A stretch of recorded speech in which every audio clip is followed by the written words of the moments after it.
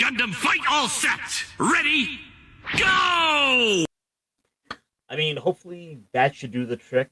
I gotta learn a bit more of the tech side of things. So, in the meantime, I guess we'll go ahead and kind of keep things rocking and rolling here while people hopefully will migrate over. Anyway, so let me. Yeah, Punkwaddle, you should have the new link.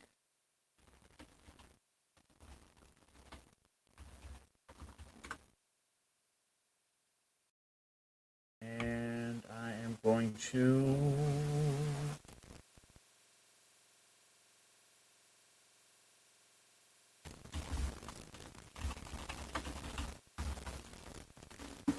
No matter.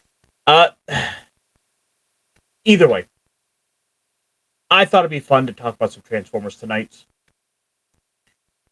I was feeling a little bit nerdy. I got a chance to read the new Transformers, and it's been really good for what it's worth.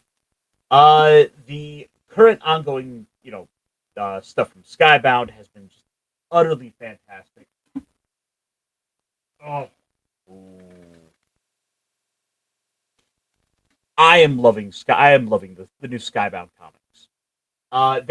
The thing is, they've been doing a lot of fun stuff that's been good callbacks to the original era, like to the original G1 books.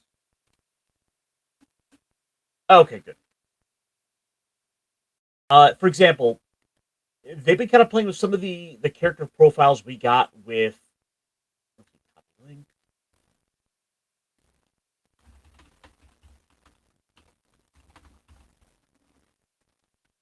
There we go. No, but it's been pretty good though. Otherwise, there's been a lot of good callbacks, familiarities to the original comics. I'm loving seeing some of the classic characters starting to get brought back into it. For example, I couldn't help but notice that one of my favorite Autobots, Blaster, is started popping up, and he's only really showed up in the background, but we've only had something like only a couple panels of screen time. There we go. There we go. Yeah, can you hear me? Yep. Sound good, buddy. Hello, Karen. Karen? I apologize. Oh, I will have to make sure to update them on that. But either way. Oh, I cannot even comment on the old one anymore. So hopefully they'll find their ways over here. Yeah, I'm doing the tweeter now. I appreciate it, my friend. But yeah, no, I don't know. What have you done lately with Transformers stuff, Punkwaddle? I guess I should ask. Well, hold on. Let me get the tweet out. And spell. Cat Rain, thank you so much for giving me that, for coming by and showing a little bit of support. I like to talk about big robots, little tokusatsu here and there, some Transformers, love Gundam, little Warhammer, BattleTech. It's all that kind of fun, niche nerdy stuff. Though I do enjoy me a bit of fantasy in the mix there too. So, step on by and give us a little bit of love. We want to keep going, keep building, and which, by the way, if anyone out there does want to show a little bit of love and support, I would be, the description should have a link to I think the Streamlabs where you can show me a little bit of support if you should happen to want to. It's appreciated but never required.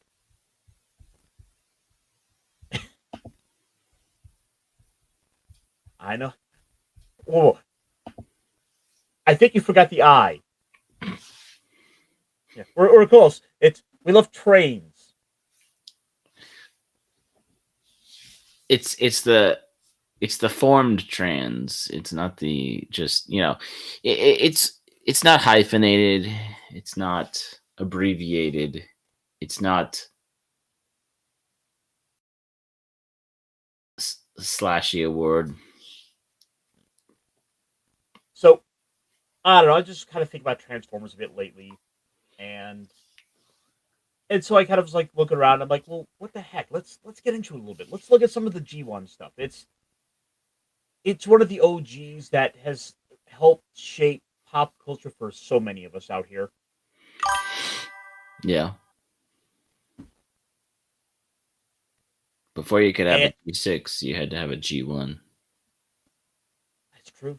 Yeah, sorry. Go ahead. Sorry. So I can turn off that notification. Getting a little notification sound. Either way, I will figure that out later. But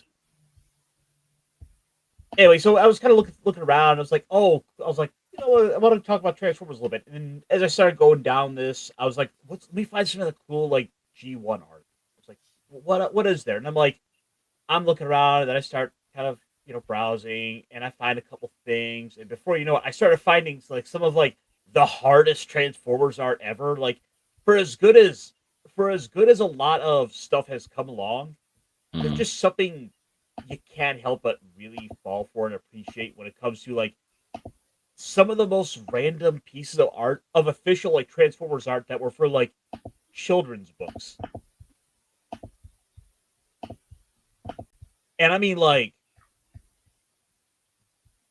it is like Yeah. Megatron popping out of the back of a car. Just Yeah. Like he wasn't the car, he was in the car. like holy cow, like how have I never seen this piece before? And then I'm looking around, it's like, oh, there's more stuff like this. And they all look just fantastic. It is. Yeah. And it's all kinds of stuff of just like there are these great little like watercolor pieces that I just wish we got more of. And some of them are, as crazy as this is, like out in the middle of the, the American, Southwest desert somewhere. We have Megatron driving around like a badass, just popping out of his convertible as he's Mhm. like blasting just any red car going by. He's doing the original drive-bys.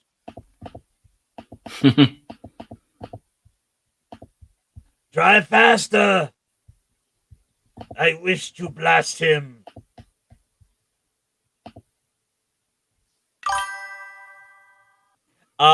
Yes, Pat. That I believe that was Cliff Jumper, and just some of the stuff is just beautiful. I'm like, Mhm.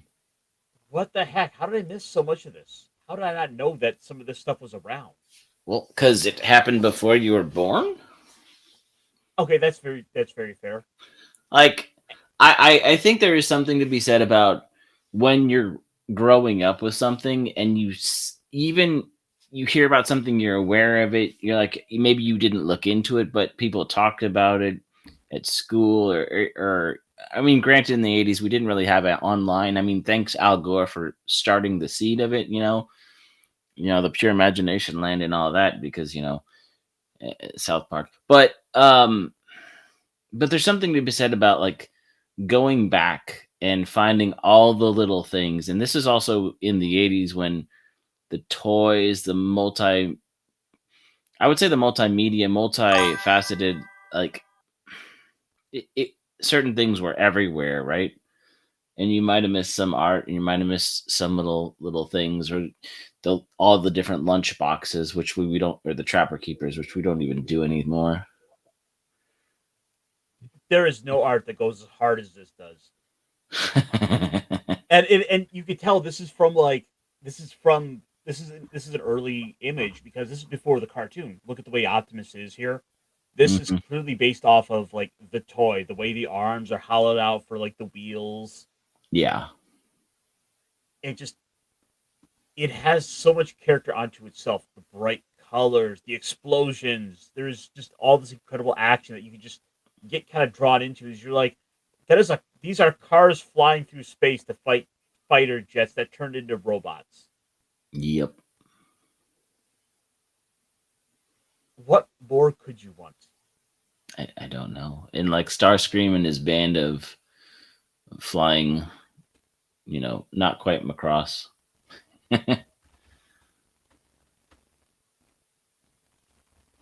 I'm sure I could probably find one for like of like Grimlock and the other Dinobots. likewise swooping through space. Yeah. Like, yeah, I mean, Optimus' face hasn't quite looked like that in a while. But even the hands and the guns are like back in the 80s, you had cool guns, but you didn't quite have the same DACA that you got by mid late 90s. Like by the mid late 90s, like that would be the pea shooter compared to something with 15 barrels. And the thing is, right? They like there's a lot of like more in-depth lore and character to the characters beyond just, oh, this is the red fighter jet, he is red, and Hmm. you're like, that's it. Like the comics, for example, just had these full profiles for these characters, and then you realize that there's a lot more to them than you were kind of led to believe. Like just as an example, like the one that's really always kind of been drawing my attention in recent years, especially, is Thundercracker.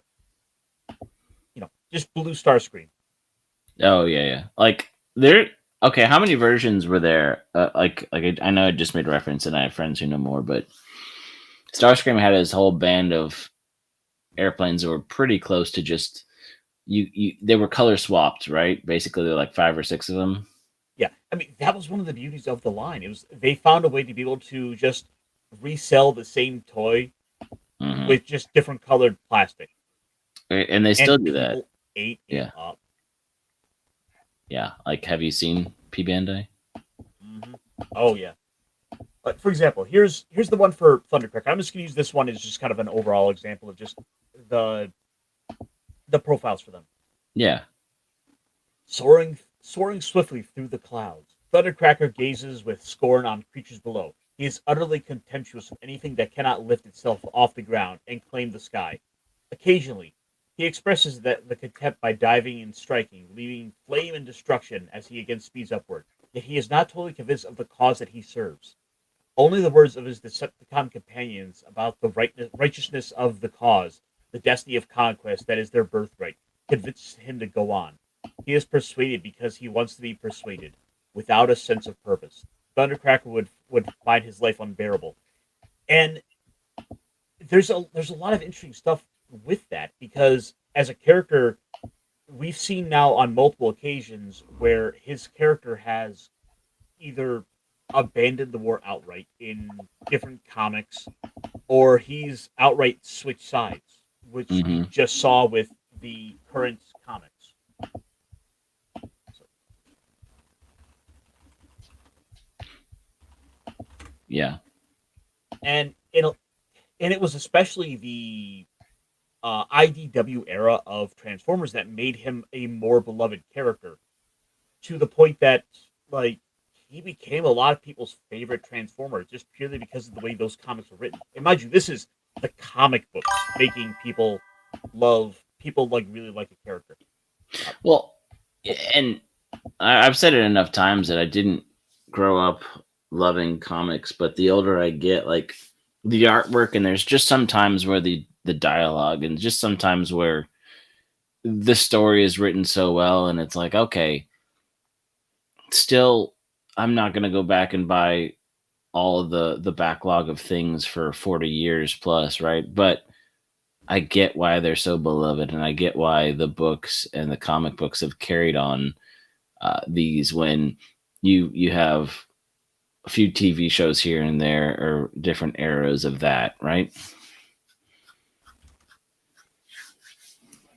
Oh yeah, especially yeah, and it's something we can easily see across so many different franchises through so many of these different hobbies and interests in this. Like, just as an example, like if you look at the character of Char in Gundam, how he's had different iterations of him that have gone on to become people's favorites. There's Oh people yeah, who swear by the Zeta Gundam, Quattro Bagina. yeah. But of course, we all know that the best Char is G1. Or sorry, is the original Gundam Char. Zex Marquise Yes. Wing, yeah. Wait, what happened to Snacks? Did we lose him? I think so. Yeah, it's probably too late. Oh, just by the way, as an aside, like, be careful looking up certain characters on like social media.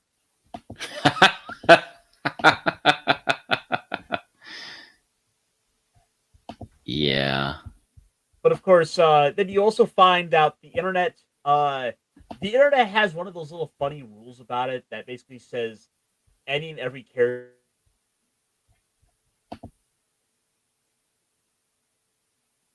Did the internet just censor you while you tried to talk? That's not the way the rules worded. That says like anything and everything is going to be made Well, by girls. yeah. Well, you kind of like on my end completely froze, and so nobody heard the rules, so the internet was censoring you. But also, yes, like I've seen the Optimus Prime girl, I've seen this waifu girl line, and yeah, whether they are male or female characters, in we're just getting the waifu equivalency.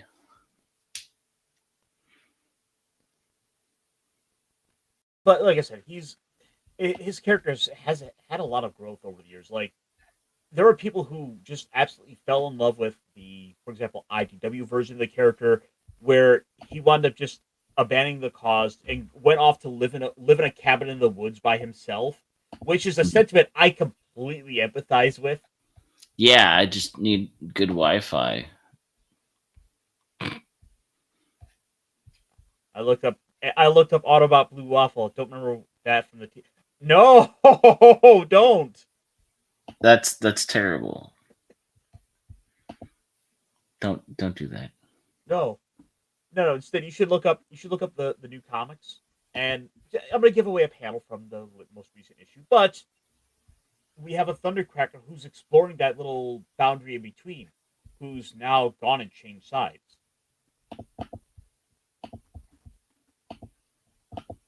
Thunder, I mean, more or less,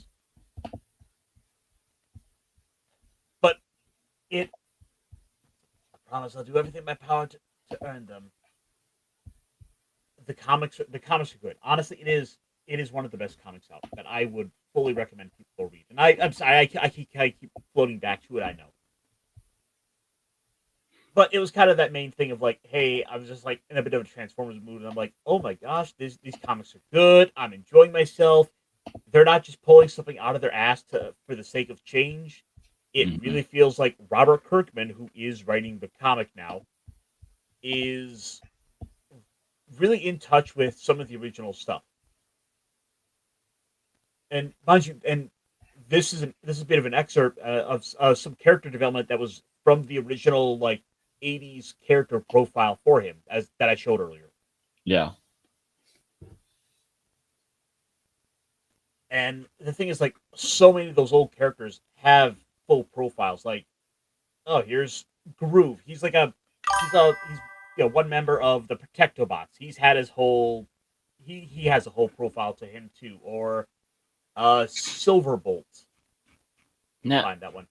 I don't own any of the old original toys, and if you do, I don't know if it's packaging and stuff. But did these come like the profiles? Were they on the box? Were they on the toy like the way the GI Joes were? So they likewise had a similar profile to them, and in fact, it was actually a really cool profile too, Okay. because it would list. It would give you like a little simple bio, and it'd give you like little power meters to them, so you could like kind of compare and contrast and get a sense of how Okay. strong is this character, like what are his strengths and weaknesses. Gotcha. Yeah, because I mean, I think GI Joe had a little bit of those gauges too. Like same thing, like Mario Kart for N64 and Super Mario Kart that had the little like speed, acceleration, handling. Yeah, you know what I mean.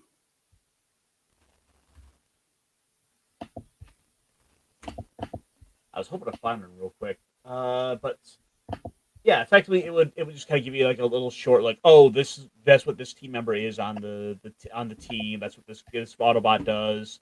And it's mind you, they were both Hasbro, so it's effectively the same people marketing that to themselves. The Right. same marketing people are putting these things together, and it it just went on to make such a mighty empire of media.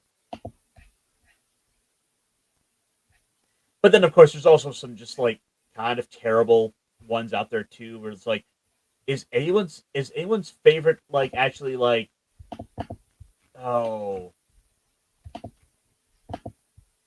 or it'd be like, hey, of the Constructicons, was Hook specifically anyone's favorite, or did they like the whole team as a whole?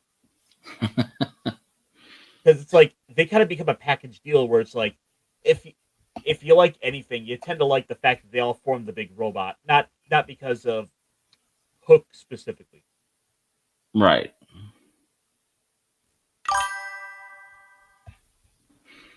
Like you said, the parts formers, the all those guys, there's always one or two you like better because of their individual format or what they do in the, if the head or if it's a gun, but at the same time, yeah, Yeah, hound. or even because like, hey, maybe this one has just a little bit more mobility to it. It isn't just like, it doesn't have just like a little bit of, you know, lackluster articulation to it. Like it can actually move a leg, and we're talking like '80s toys where they are basically just a block with the little limbs that just pop out, and this is about all the movement they have. Hmm. Oh yeah, I remember what Loki was talking about. Was that a G1 that he was talking about on Friday, or were you there? I might have, I might have missed that. Work was getting a little But crazy it was before. one of the car ones, and basically, yeah, it just like its legs folded down, the arms did a little bit of thing, but like There we go. really, Just it didn't just have Swindle. tons of articulation back in the 80s. Okay. Yeah, it's like you could see right away at a glance just all the articulation that this particular bot had, which is to Right. say, yeah, the gimmick is there, but it also ultimately serves as a bigger piece of, oh, he can form a leg of another robot as well, Yeah. which I is think at a frankly certain point they frankly kind of got. it's Oh, go ahead. frankly it's why I like a lot of more modern designs. I don't necessarily need the overly engineered stuff of the current era, but Mhm. you mean to tell me that like I pull up my Studio Series Hot Rod here, and he looks like the actual like the character from Transformers the movie. Right. I was like, and when he transforms, he folds down into like the cards. Like they look great. These are some of the best looking bots. There are also, of course, some bad looking designs that are out there now, but this is this is this is kind of the best stuff because it's like this is exactly what I wanted to see. You know, I wanted to see the toy that's on the screen is the one that's in my hand, not the limited '80s articulation. For as fun as a lot of that was, at the end of the day, I would probably rather have GI Joes from the '80s rather than the Transformers from the '80s. Yeah. Well, yes, and that's the whole thing about the transformer of the when it's in a comic book or um it's in a cartoon, they can draw it to make it look all the things they want. What's up, T-shirt? And but and the same thing with, dare I use the word gunpla, but some of those 80s ones, that you could build the model, but they were just really a couple, pieced together parts, and they didn't really articulate much either. But the GI Joes, because they're a humanoid form, you could have that rubber band that lasted maybe 15 to 20 years and then has now broken, right? And the Mhm. legs fall off, and now they need surgery. Um, yeah, like it, that humanoid form was way easier to make and play with as a kid.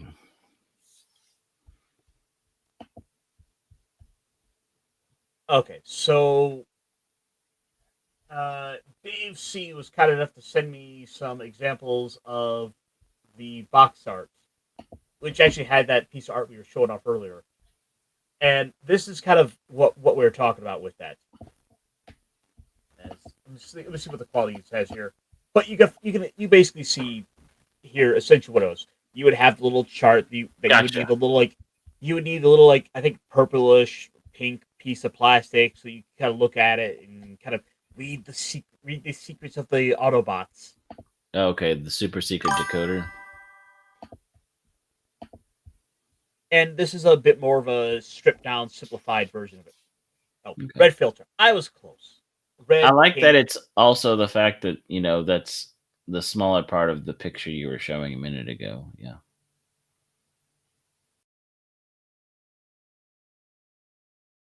But there was just so much personality to it. I can't help but have a soft spot for this stuff. And I think it's easy to understand just why so many people were drawn to it. It's just this idea. It just starts out with the simple idea of it's two toys in one. Mm-hmm.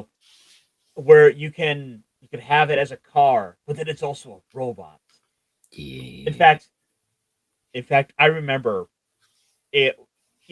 Back in the day, little Ironcaster, when he was but a wee lad. See, back in the day, Beast Wars was all the rage. Mm-hmm. Mm-hmm. I remember And Beast Wars was on television. one of my favorite bots from it, the Maximals, was Rat Trap, and he was basically just Yes. he was just what if Brooklyn had a personality? A little. Yeah. He kind of reminds me of a Reepicheep from, Narnia.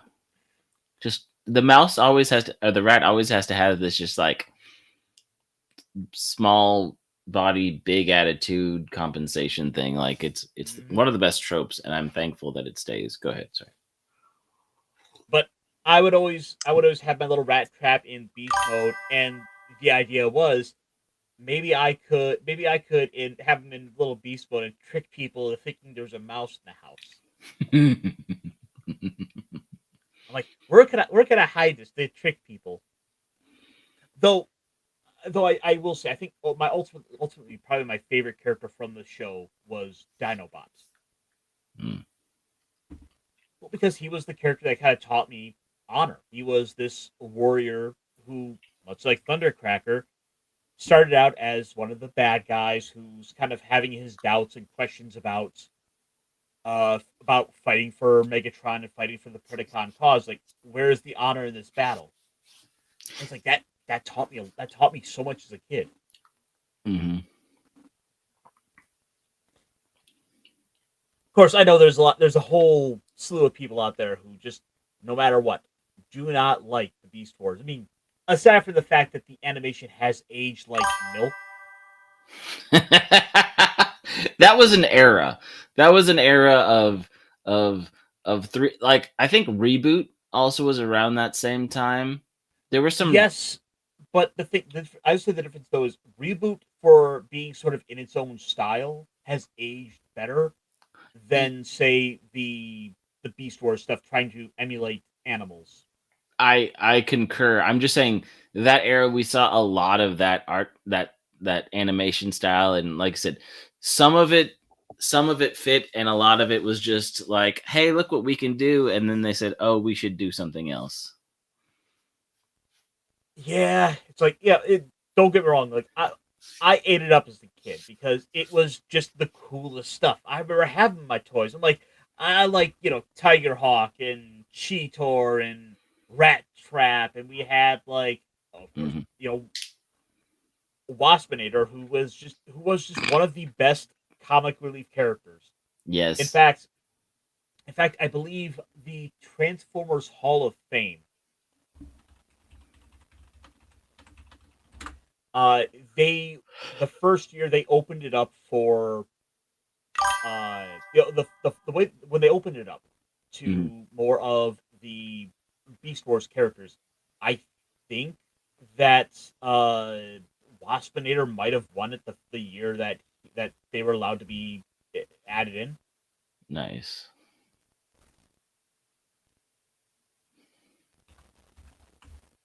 Oh yeah, Transformers Hall of Fame nominee process: Grimlock, Shockwave, Autobot Erector, Waspinator, and Jazz. Mm. And yeah, and Waspinator wound up being the first Beast Wars character to win it. Nice. Oh, ooh, Pat, you are going into the deep lore. You are going for the quotes, my friend. Hmm. Tell my story, all of it, the good and the bad. The rest is silence. Dinobot's last words. Yeah. He was a real hero. And I miss. I mean, I do miss characters written with a certain stoic, certain sort like hero, certain sort of just um inner. You know, they don't. You don't have to have all the exposition. They just do and say things, and you get the picture because they're just written so well that you can understand the character. For as bad as the animation was, I still feel like I need to go back and revisit it. Even with the animation, like I said, like there were the pacing was early '90s. The pacing of the story and the plot, like going back and there's sometimes it felt kind of slow, but it's like no, it was coming off the '80s that had like 5 minutes of airplane travel, right? Or that 30-45 seconds that had nothing to do with the movie, just to set the tone, right? Hmm. And we still have those sorts of things. And like you said, you have Wasp in it, and you have the comic relief, but there was uh, they were still using those spaces as art. And I don't know, like the one thing I find interesting is in comic books there are kind of quiet pages, or sometimes you just use this moment to have the full, like the page full spread, like completely one cell or whatever you want to call it, right? Or and it translates that kind of moment where everything stops, or a moment that everything's a little bit longer. But in the animation and movies, the idea that um, the void, the emptiness, the in between, I don't know. I always appreciate when people use that space um, intentionally and strategically, and really help carry the story in the void. Do you remember the from Beast Wars? Do you remember the character the transmutate? It's been so long. Uh, Are we? Here, let me. We're talking about the first season, right? Because then it became something else. It was.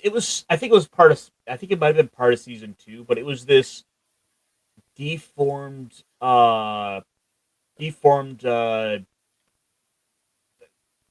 bot that kind of came out, messed up, and was basically just like it was a really touching episode with this I, character. I kind of remember this. It was just this really sad moment of Oh, it was kind of made out to be like a mentally challenged character. okay. So they were able to really experiment and try out some ways to kind of help get this across to kids. Uh, Okay. and there was it was really interesting because of the way they had the character brought in with Rampage, the big old like protoform X, like crab mutant monster, because everything goes back to crabs. Yeah, yeah, of course. Crab people. Eh. How this character was able to kind of connect between like an Autobot and a Decepticon, and the loss and the ultimate death of the character really damaged them. It was really kind of a sad. It was a really sad story, but you got to see the villains being kind of humanized. Mm-hmm. And that's important to do once in a while. Mhm.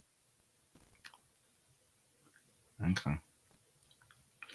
Yeah, I remember because what did they come? They just shot out of the sky and they fell, and then they just kind of formulated, or I vaguely am starting to remember how that worked.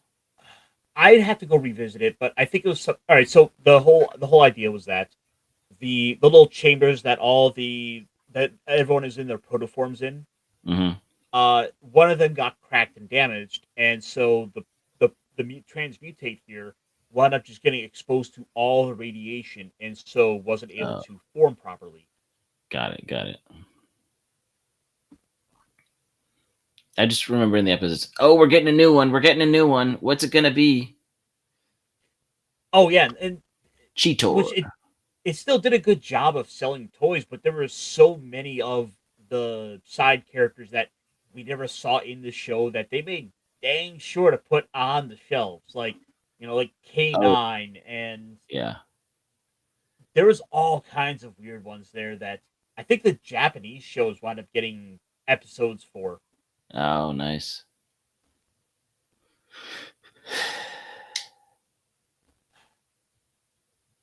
This is kind of I'm feeling a little nostalgic. I'm kind of enjoying it. I'm like, oh yeah, this was such great stuff. I loved this.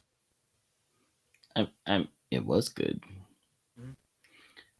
Well, I mean, there's people that go back to the '70s and say that Astro Boy, early Gundam, some of that stuff they just can't deal with the animation style. It's like I get it that it's not something you're used to, but at the same time, like if you sit there and watch it and you sit there and look at the just the intentionality, the effort. This wasn't AI. I mean, some of this, in this era, it's digital, but still takes a lot of time to render, a lot of time to work through, and the story and the characters and the whole thing of like when it goes back to it had to exist for the next phase to exist, right? Because there was the first season of Beast Wars, and then they just they change into the next version of themselves in the next series season, but it's a half continuation, right? Or it's a continuation, but they get new forms, which is really cool and a great way to sell toys, right? Oh, for sure. When Optimus gets those Gatling gun hand arm things, those big gorilla arms, that was really awesome. Oh yeah, dude. Like the Optimus Primal action figures. I always wanted those ones where it's like where he's like the big giant like tank monster thing that can turn into the jet, and he's Yeah. got all the like. I always wanted that one as a kid, but I never did get it. And then Mhm. I saw that I think maybe about 10 years ago they went and basically remade it with modern engineering, and Mhm. it has sort of a breakdown, so we can basically become all three stages of the optimal Optimus. Which is awesome. Oh, it's such a great toy. Oh, and yeah, and then again, looking when you look at speaking of the tooling back then, like Cheetor looks pretty good in his animal print, but if you look when they're when they're transformed, all the way they tried to hide and push the animal body shell aside, some of it looks really funny and clunky. Yeah, some of that stuff just was not pretty. Uh, It worked great for a cartoon or animation. It was just, yeah, the practicality of tooling was rough. let me see if I can find the that optimal Optimus. Yeah, yeah. Like I said, this was. I would say Beast Wars is probably the first show that I really watched actively. I know there was some stuff when I was a little bit younger that I kind of saw, but I didn't watch as actively Oh, wait, let me because the movie was a movie 80, was it 80, 86. 86? Yeah.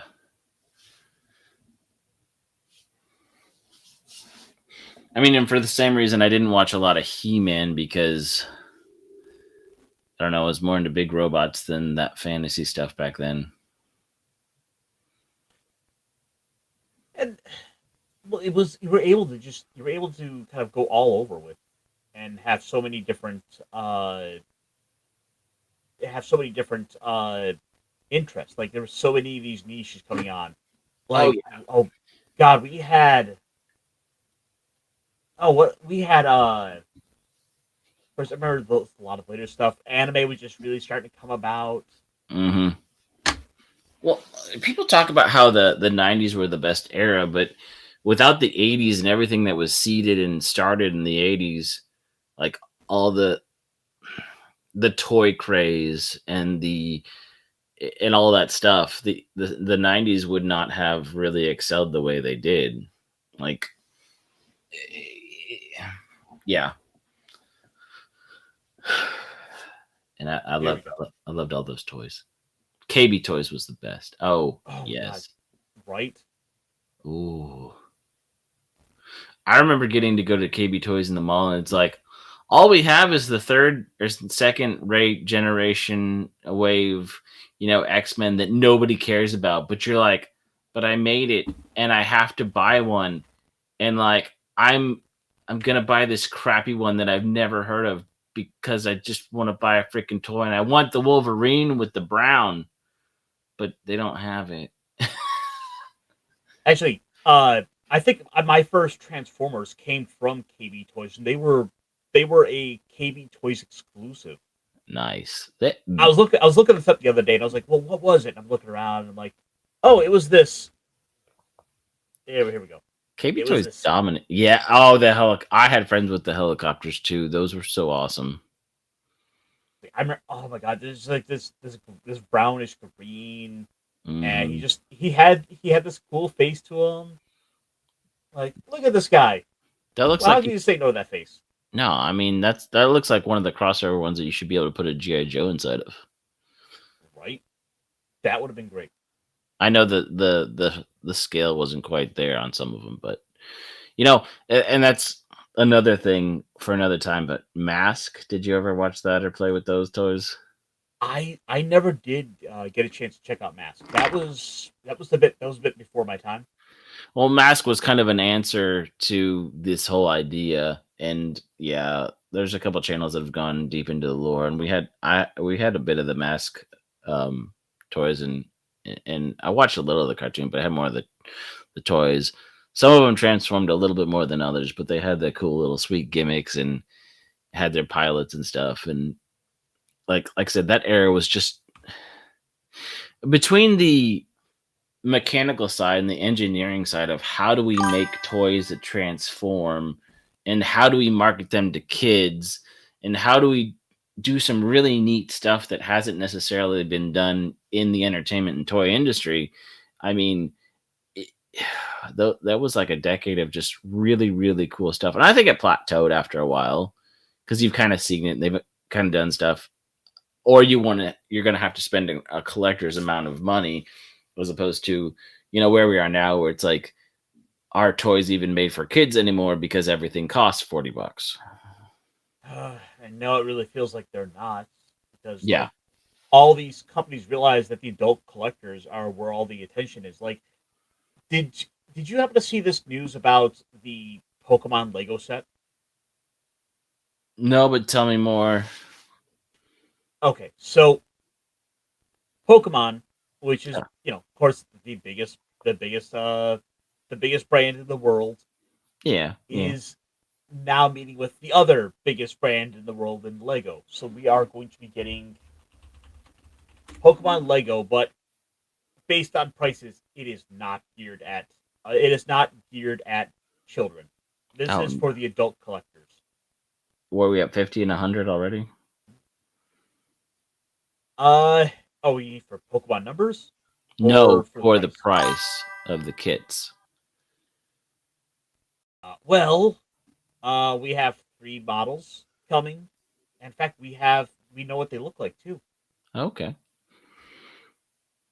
fact, we're getting a couple of decent choices, I would say, but for the prices they're offering, I can't fuck with this.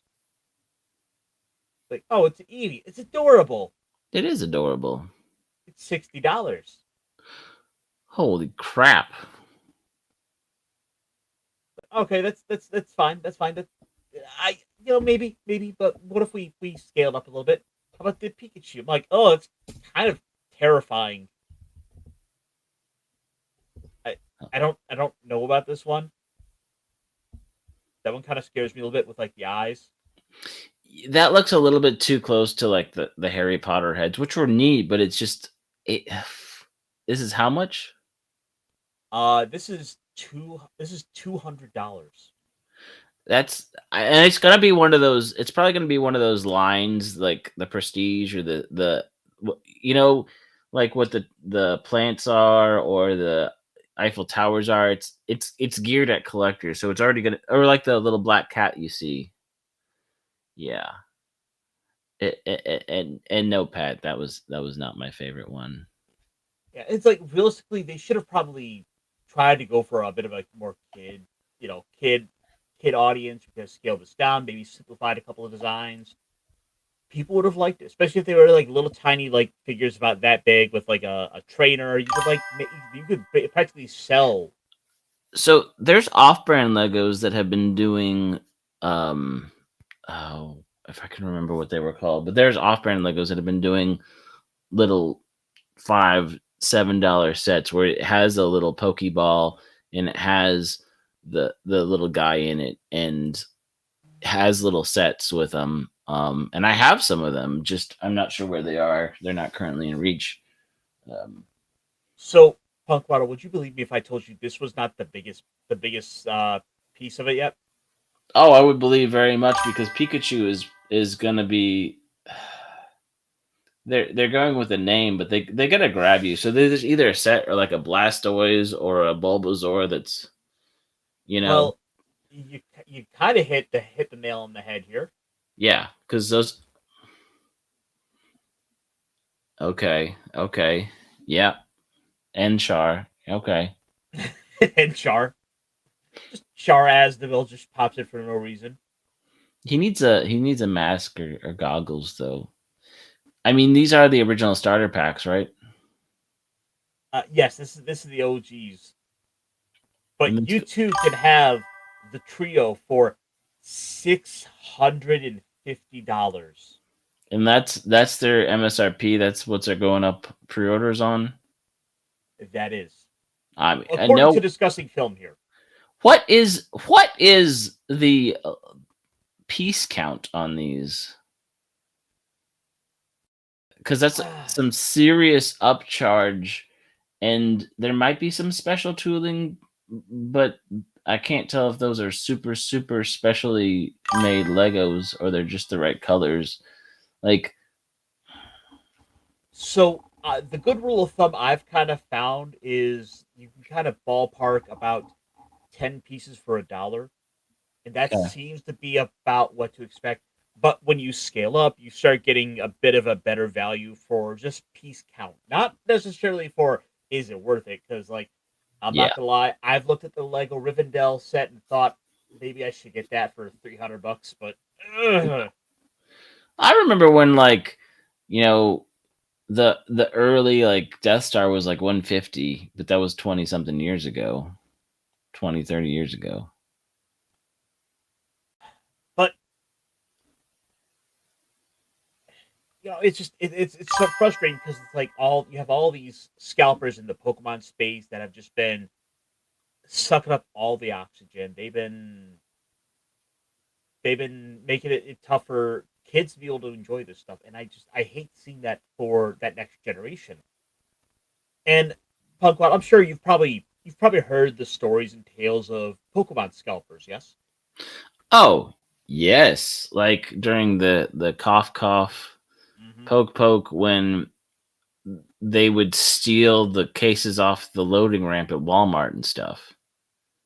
It is crazy the levels people have gone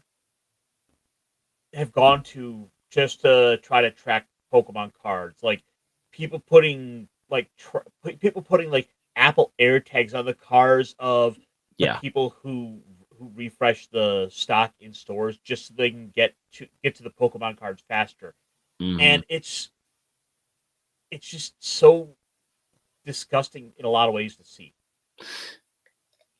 And I don't. Here's the other part: is like I don't know if I can see this retaining that $600 if that's true. Like the $600 value point for long for resale, like in 3 to 5 years. I mean, even if they only do so many of it, like maybe, but you know what I mean? Well, let me ask you a question. Okay. You know, what's the one brand that you would say has been really biting into Pokemon?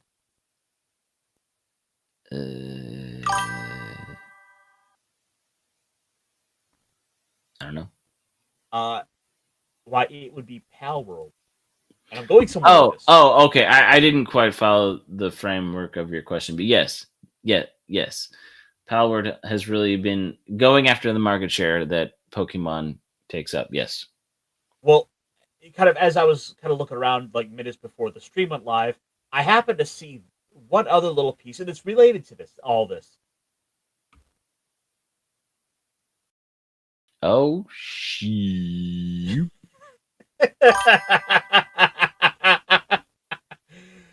Oh, Pal World card game is coming, and look at them. Oh, wow. On a Hulu. I need the penguin that's going out of the cannon. Because this penguin is canon. It is canon.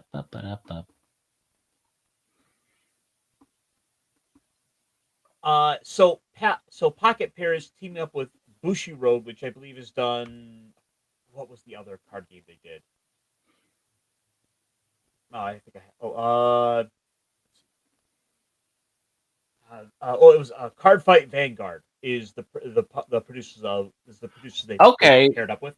Card Fight has been going pretty strong, and they've done several iterations. And I'm surprised they're still going. But it seems like every time I go to Target or something like that, I see a new booster pack for Card Fight, and they've been around for a decent amount of time. Now, I don't think we are going to see Pal World suddenly make people stop collecting Pokemon cards, but let's be fair. Like, look, what's going to happen is if kids can't get Pokemon cards and they do have interest in this stuff, then the Pal World cards that might be on the shelves or the Gundam cards on the shelves might get that interest. Because mom and dad are like, they really wanted cards. They don't have Pokemons, but these are really cool and these are fun and these are more affordable and easier to find. And for now, it's just a hobby until somebody thinks that it's the best thing and buys them all up again. And I do think it's also kind of funny that we're also seeing effectively the sort of PR. What was it? His job. This guy named Bucky, who is the communications manager of Pal World. Mm-hmm. Even he's kind of giving the people some shit for the way they are kind of they've been poo-pooing on Pal World, and he's kind of worth following. I mean, to be fair, like they made something that's really impressive. They made something that, yes, of course, it riffs off and it builds on the backs of other things that are probably. If you want your thing to succeed, you're going to study other things that are successful, right? You don't want to copy it entirely, but if you do something in a similar genre, in a similar way, that isn't stealing all their their intellectual property, go for it. Because, okay, and I'm gonna say this hot take. It's kind of like when you have like this season of anime. We have a lot of good anime this season, but a lot of good isekai and a lot of good things. But they all start out similar. Like if it's a reincarnation, if it's an isekai, or if it's something, even if like the aristocrat reincarnation or the noble reincarnation that I'm actually kind of digging, it starts off, oh, what am I? I've been reincarnated. But like they're starting to do that thing where you're at the fifth Die Hard, where it's like we get the exposition, we understand what happened. They say for 2 seconds, "I'm being isekai'd." They said I get this, and now we go into the world, right? And yeah, for the first episode, maybe 2 episodes, you're gonna see similarities between all the other ones. But if it's any of decent caliber, it's gonna tell its own story. It's gonna have things related, but it's gonna tell its own story. The character's gonna have its own motivation. It's a brand new world. So if you look at it and say like, "Oh, Pal World's just like Pokemon, whatever," you're missing it because you have this team that's came out. Pal World came out last year, right? And you're It's been out for about 2.5, maybe 3 years. okay, so 2.5 years. So it's still like 30-ish, at least plus years younger than Pokemon, because Pokemon came out in the mid 90s, right? 96. So 25. Something like that. 25. I mean, by the time it was anime. So Pokemon cards existed before. But anyway, point is, like, it's a few decades later, so it's gonna have its own thing. It's gonna have its own style. It's not at some point it's gonna have its own fan base, and it's not gonna be completely derivative Pokemon anyway, right? I So guess maybe. Yeah, well, Pat. yeah, The problem with Yu-Gi-Oh is they reprinted stuff into Oblivion, so you don't really have rare, chase cards in the same way. But yeah, have some the thing is, like, Pokemon has been on top for so mm, long, and it hasn't had any proper pushback. mm-hmm. There's been no competition. It's been allowed to basically kind of take over and do its thing. I was reincarnated into another world where I have a harem of goblins fighters who teach me how to camp by myself. Well, This, I'm this waiting it for it.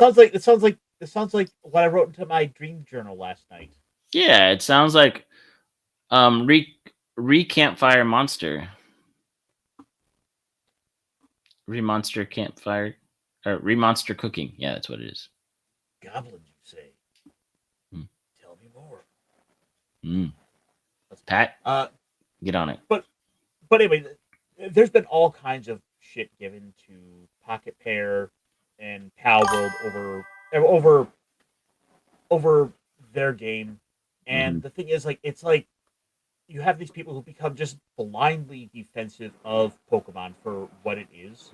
Mm-hmm. And it's like, guys, like, I like Pokemon as well. Like, I've got Yeah. Litwick is my favorite Pokemon. I love the little candle, but we need competition, and more importantly, you need to be able to let kids get these cards. Yes. Yeah. Otherwise, you are not going to have. They are not going to maintain their value in 20 years. Right, because no kid's gonna collect them because Grandpa had stole them all and can't resell them because again, if you weren't raised from when you were like under 10, just seeing the crazed hysteria, like it's weird.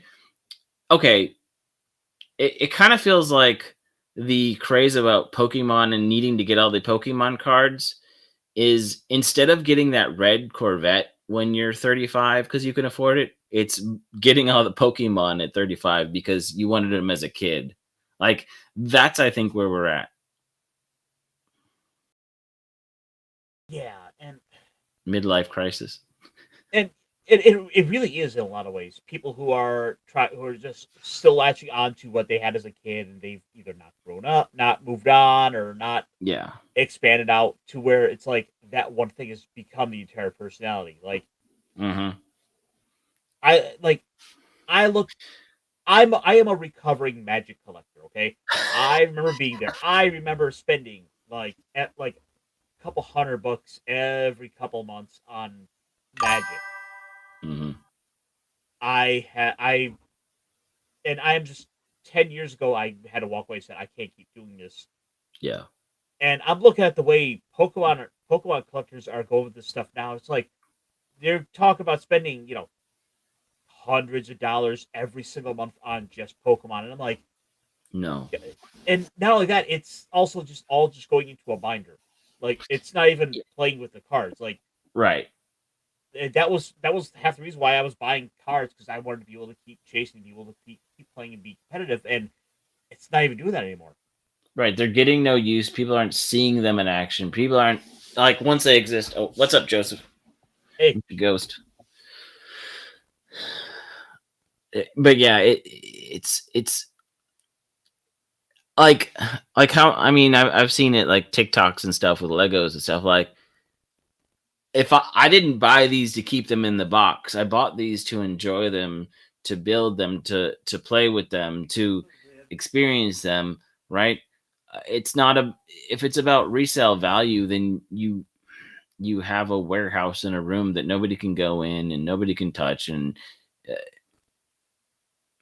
it, I get investing in the future, but like and I get that the stock market is kind of wonky right now and in certain trust funds and all that blah blah blah investment funds, but like I have too many Gundam, but I don't think I'm investing in my future. well, right, you're also not buying the box of Gunpla with this idea that you're going to be able to resell it and make a big old profit on it. Right. There are some P Bandai that I have that maybe if I never build them, they might actually, I might get because some of them I probably paid too much for. I might make some money off or at least at cost make up for the amount of money I spent on them because by the time I sell them, they might be really rare. That being said, I'm not expecting to like make thousands of dollars on, or hundreds of dollars on one thing.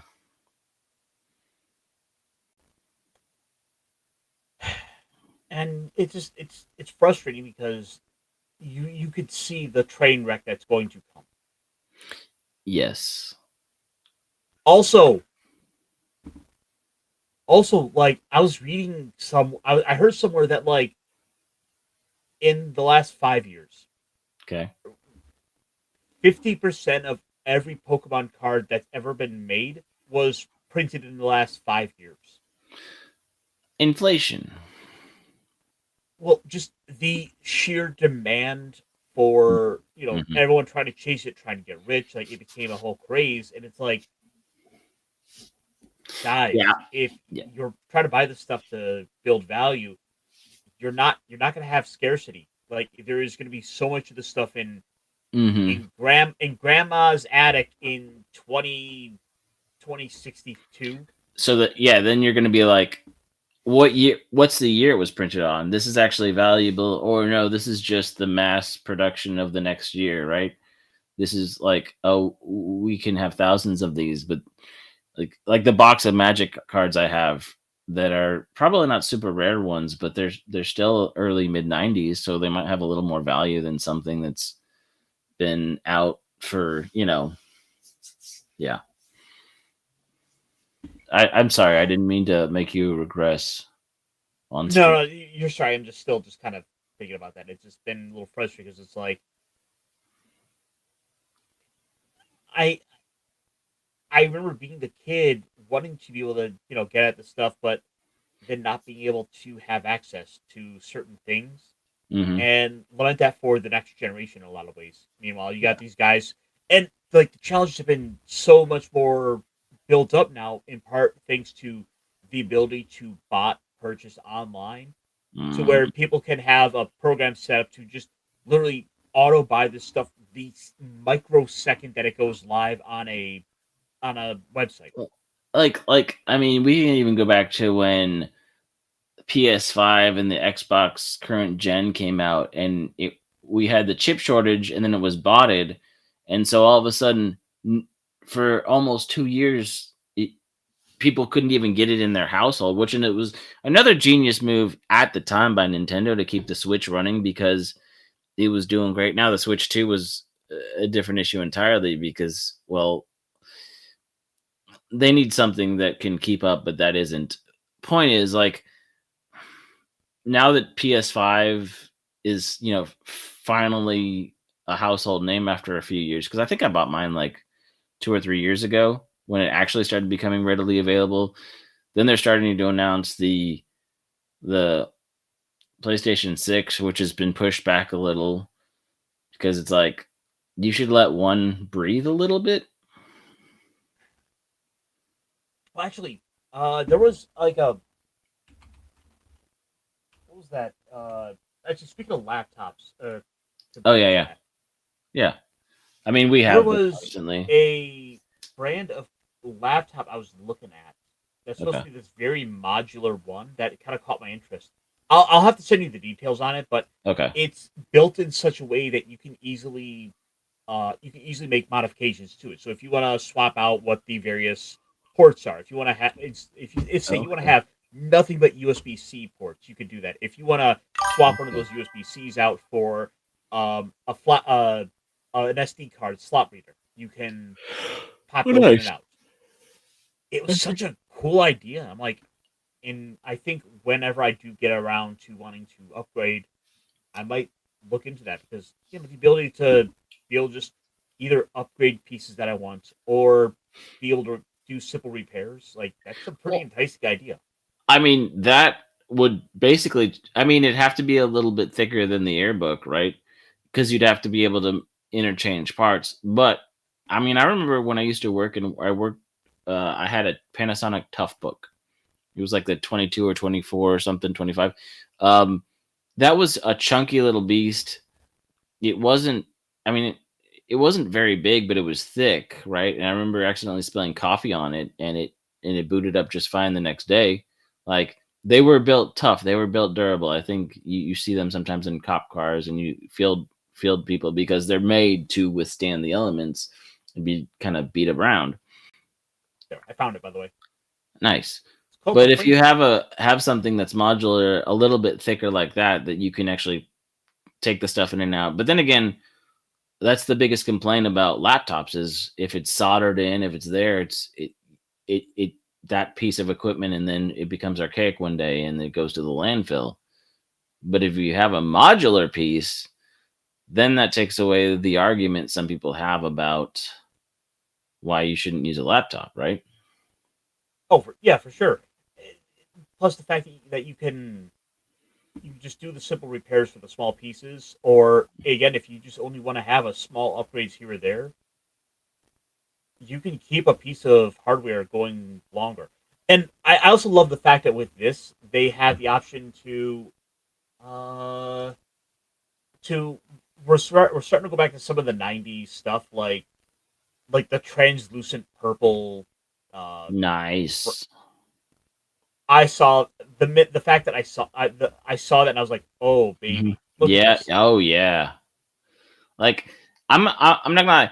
I remember when I got my Nintendo 64 and it had the translucent purple controller, and I was like, that's the one. That's what I'm getting. When the Xbox came out, they had the midnight or sunset, whatever, and it was that purple to black fade with that kind of more not quite glossy, but it's a different texture than the regular controllers, and it just has that more of a matte sort of, I don't know.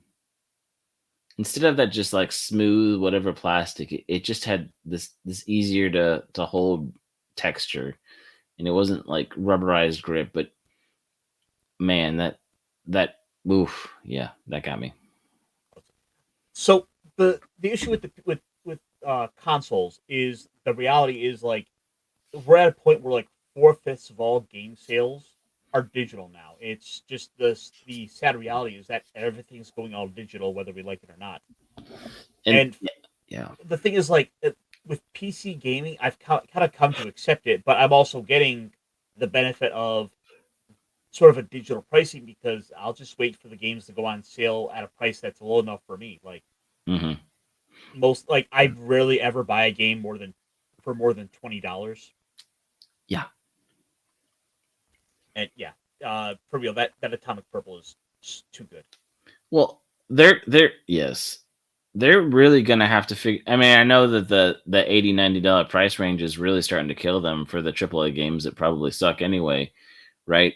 So it's starting. They're starting to get hurt because there's a lot of these. I mean, and now I'm talking about enough, so I won't get into it too much. But like the gotcha, the free to play games, Like you have a lot. Like in November, you had the Wuxia Where Winds Meet that was kind of like Crouching Tiger, Hidden Dragon, and I don't know if people play it now, but like when it came out, streamers, everybody was going gangbusters over it, because it played well, right?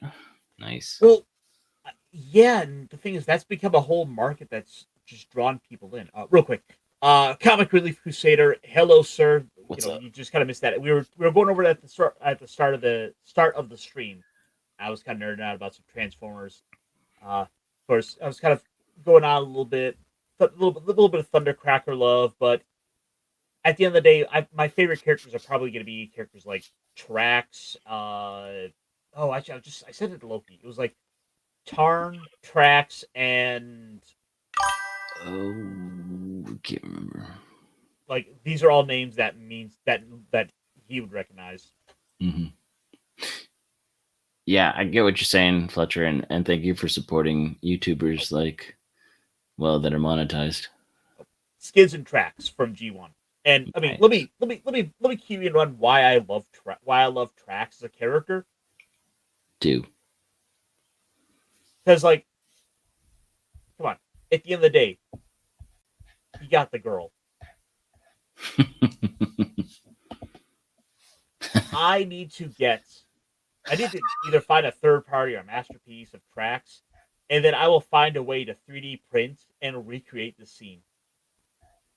I thought you were gonna say you need to buy a van. Because I mean, in the buy '80s, those vans were the best. And not only that, I want a wizard van.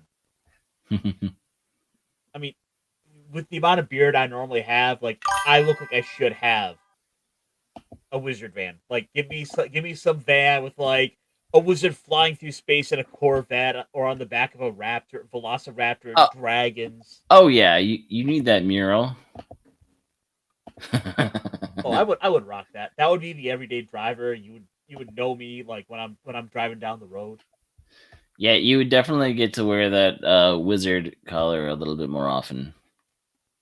I mean, I have it right here, but I know. I just know that you're not is wearing it right now. no. I think you'll see it more in probably the next couple tuck and roll shows. I think I might have to do a little substitute and show up as one Mr. Spellcaster. Oh yeah, we haven't seen him in a while.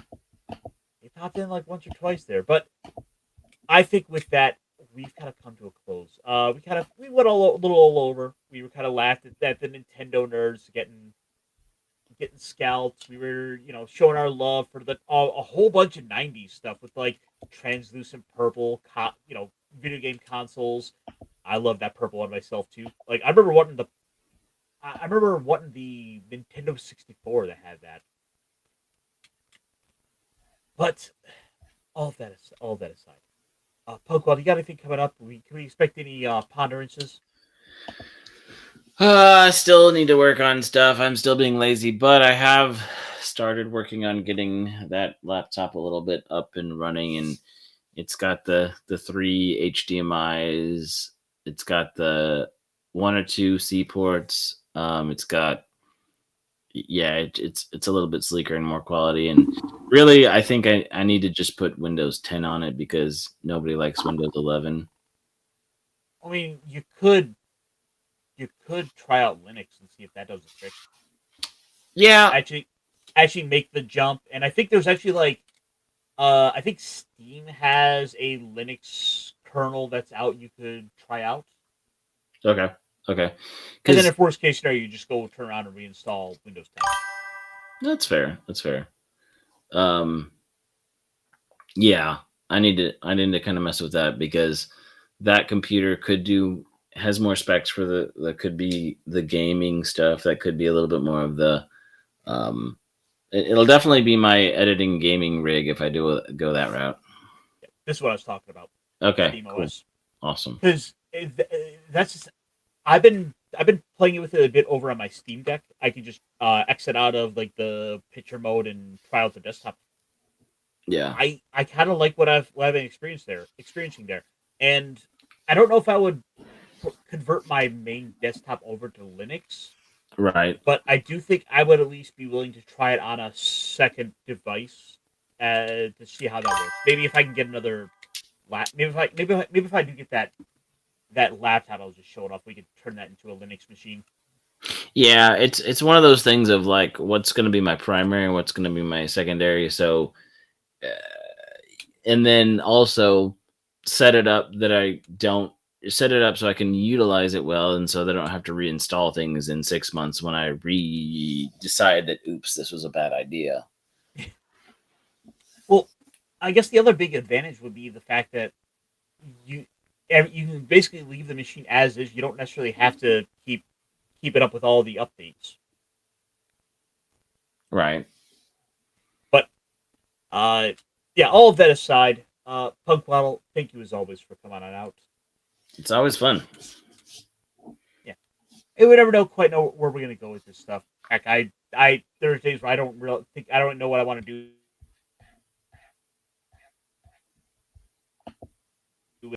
Like I didn't get a chance to do it, but I had a tier maker list where I was gonna go over like all the G1 Transformers. Like, oh yeah, this guy sucks. Nice. But we didn't need that. No, but as for myself, I'll be on tomorrow. We're doing Talk Hard. We are getting into a little more Jean-Claude Van Damme. Oh. We're doubling up on it with Double Identity. Okay. Which is Jean-Claude Van Damme finding out he has a twin brother played by Jean-Claude Van Damme. Oh no. It's one of those movies. Nice. I kind of wish they went all the way with it. I'm just disappointed. Like it, I will get into it tomorrow, but I would have loved to find out that like the bad guy was gonna wind up being himself, and then he has to go fight himself or go undercover and pretend to be the other version of himself. Like there's a lot of potential there you could have done. It's just the most like 5 out of 10 movie I've ever seen. Yeah. But no matter, folks. With that, I think we're gonna transform and roll on out of here. So thank you as always for riding along with us. Be good to yourselves. Remember the week's just getting started, and don't be too hard on yourselves. And with that, I think we get out of here. So say good night, Punkwaddle. Good night, Punkwaddle. I know stupid. And this is definitely stupid.